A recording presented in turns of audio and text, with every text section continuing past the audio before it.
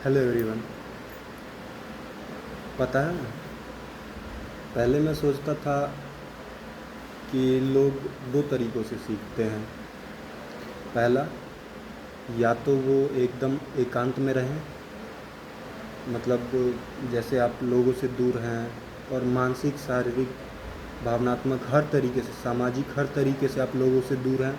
जैसे किसी ने खुद को, कहते हैं ना, एक कमरे में बंद कर लिया 6 महीने के लिए, उस तरह का। अब ऐसा भी नहीं है कि आप एकदम से पूरी तरीक़ा से कट जाते हैं, लेकिन कुछ हद तक कह सकते हैं कि आप जब बिल्कुल एकांत में हों तब आप सीखते हैं, मतलब जब आप चिंतन मनन कर रहे हों तब। और दूसरा, जब आप पूरे तरीके से लोगों के बीच जाते हैं, जैसे कि हमारे नेता हो गए, या फिर हम क्लास में हैं कोई ऐसा व्यक्ति जो, जिसे एक्सट्रोवर्ट कह सकते हैं। मतलब अब इसे दो तरीके से बांट सकते हैं, जैसे पर्सनालिटी हमारी बताई भी जाती है कि इंट्रोवर्ट और एक्सट्रोवर्ट। तो उसी तरह से मेरा भी मानना था कि यही दो तरीके हैं सीखने के। पर धीरे धीरे परिस्थितियों और मेरे कुछ अनुभवों ने मुझे बता दिया कि जिसे नहीं सीखना होता है ना, वो पूरी तरह अकेले रहकर भी नहीं सीखता है, और वो पूरी तरह लोगों के बीच रहकर उनके विचारों, व्यवहारों को भी मतलब नहीं सृजित कर पाता है, और उससे कुछ सीख नहीं पाता है, उससे कुछ कंक्लूड नहीं कर पाता है। तो अब बात ये रही कि लोग बेहतर कहाँ होते हैं।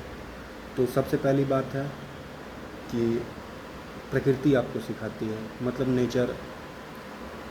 एक तरह से कह सकते हैं, अगर आपको सीखना हो तो आपके साथ ऐसी परिस्थितियाँ आएंगी कि आप खुद ब खुद उनमें इवॉल्व हो जाओगे।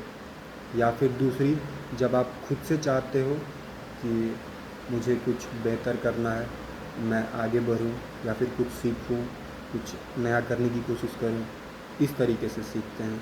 मतलब मैं ये नहीं कह रहा कि पहले दो तरीके गलत हैं, लेकिन मुझे ऐसा लगता है, मेरा ऐसा मानना है कि उनके अलावा भी चीज़ें हैं।